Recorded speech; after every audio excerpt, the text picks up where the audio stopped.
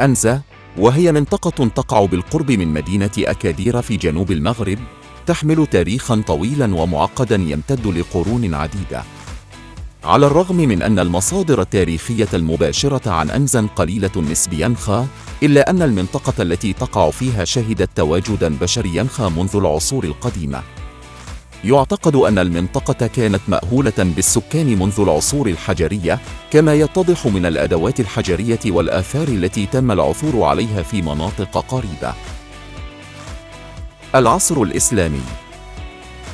مع دخول الإسلام إلى المغرب في القرن السابع الميلادي، أصبحت منطقة أنزا جزءاً من الخلافة الإسلامية. خلال العصور الوسطى، شهدت المنطقة تطوراً كبيراً تحت حكم الدولة المرابطية ثم الدولة الموحدية. كانت المنطقة معروفة بنشاطها البحري والرعوي، حيث استفادت من المياه الوفيرة وتجارة الأسماك. الحقبة المارينية والسعدية. في القرون التالية، تحت حكم الدول المارينية والسعدية، شهدت المنطقة ازدهاراً ثقافياً واقتصادياً. كانت هذه الفترة تعرف بتعزيز البنية التحتية، بالإضافة إلى بناء القصبات والقلاع لحماية المنطقة من الغزوات الخارجية. العصر الحديث. في القرن التاسع عشر وبداية القرن العشرين، ومع التوسع الاستعماري الأوروبي في المغرب، أصبحت المنطقة تحت تأثير القوى الاستعمارية. كانت أنزا، مثل باقي مناطق المغرب، جزءاً من نظام الحماية الفرنسي الذي أنشئ في عام 1912. شهدت المنطقة خلال هذه الفترة بعض التطورات في البنية التحتية، ولكنها أيضاً عانت من الاستغلال الاستعماري. الاستقلال وبعد.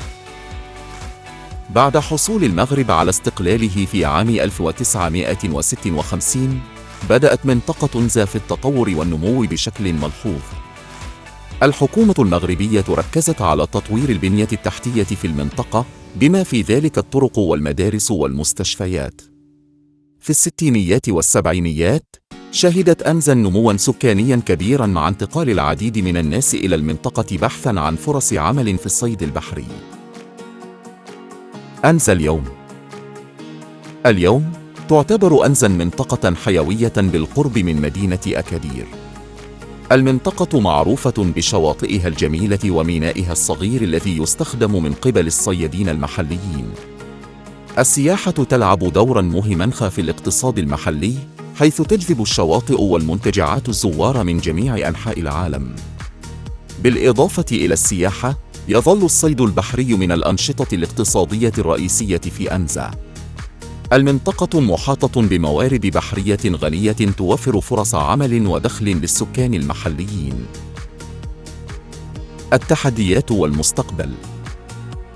رغم التطورات الإيجابية، تواجه أنزا بعض التحديات مثل التوسع العمراني غير المنظم والتلوث البيئي الناتج عن بعض الأنشطة الصناعية.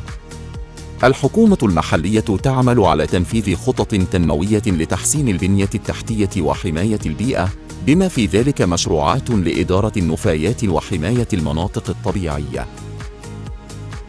الخاتمة. أنزا، المنطقة التي شهدت على مر العصور تعاقب الحضارات والتغيرات الكبيرة، تظل رمزاً للتكيف والصمود في جنوب المغرب. من العصور الحجرية إلى العصر الحديث، تروي أنزا قصة منطقة غنية بالتراث والتاريخ. بفضل جهود سكانها وحكومتها، تظل أنزا منطقة نابضة بالحياة والأمل، تستمر في كتابة تاريخها الغني والمشوق. إذا أعجبك هذا الفيديو، فلا تنسى الاشتراك في القناة والضغط على زر الإعجاب ومشاركته مع عائلتك والأصدقاء. شكراً لكم على دعمكم.